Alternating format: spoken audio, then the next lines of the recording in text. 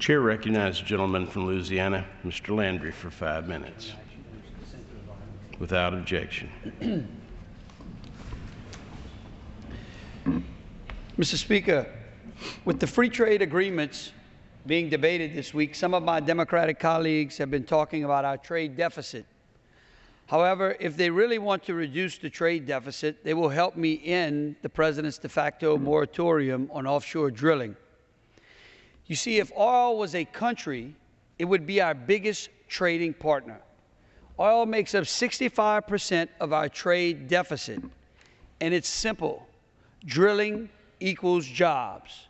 It equals American jobs. You see, what I have here is a parking lot to one of the heliports down in my district.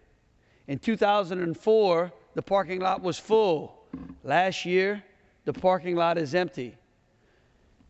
And you don't have to worry, because that parking lot, when we're drilling offshore, is this full 365 days a year. Here is a port in my district which supplies over 30% of the oil and gas that fuels this nation. You can see the boats in 2004 in the busy port, and today it's empty. If we really want a jobs bill, this is it.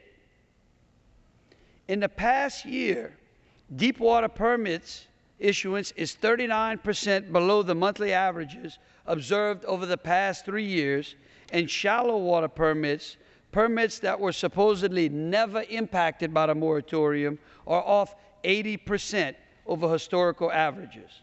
As a result of this de facto moratorium, 11 offshore rigs scheduled to drill in the Gulf have relocated to countries like Brazil, Nigeria, Egypt, Congo, French Guiana, and Liberia. Now, what does this say about American policy when businesses prefer the regulatory certainty offered by Egypt over the bureaucratic uncertainty of our own shores?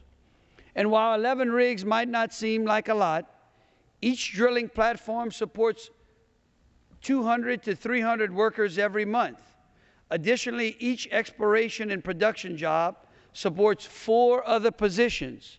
Therefore, 900 to 1,400 jobs per idle rig are at risk if production does not resume as soon as possible. And wages for those jobs average $1,800 per week. So the potential for lost wages is more than $5 to $10 million per month per platform. Drilling equals good paying jobs. According to the Obama administration's own estimate, the 6-month official moratorium on drilling costs up to 12,000 jobs. However, the long-term impacts of the de facto moratorium could be significantly higher. A study from the Louisiana University predicts that if the de facto ban on deepwater drilling were sustained for 18 more months, that we could lose 36,000 jobs nationwide, 24,000 of those along the Gulf Coast region alone. If the administration would accelerate the permit issuance instead of continuing this de facto moratorium, we could create 250,000 jobs in this country. We could increase GDP by $8 trillion over the next 10 years. And as I said, the solution is actually very simple.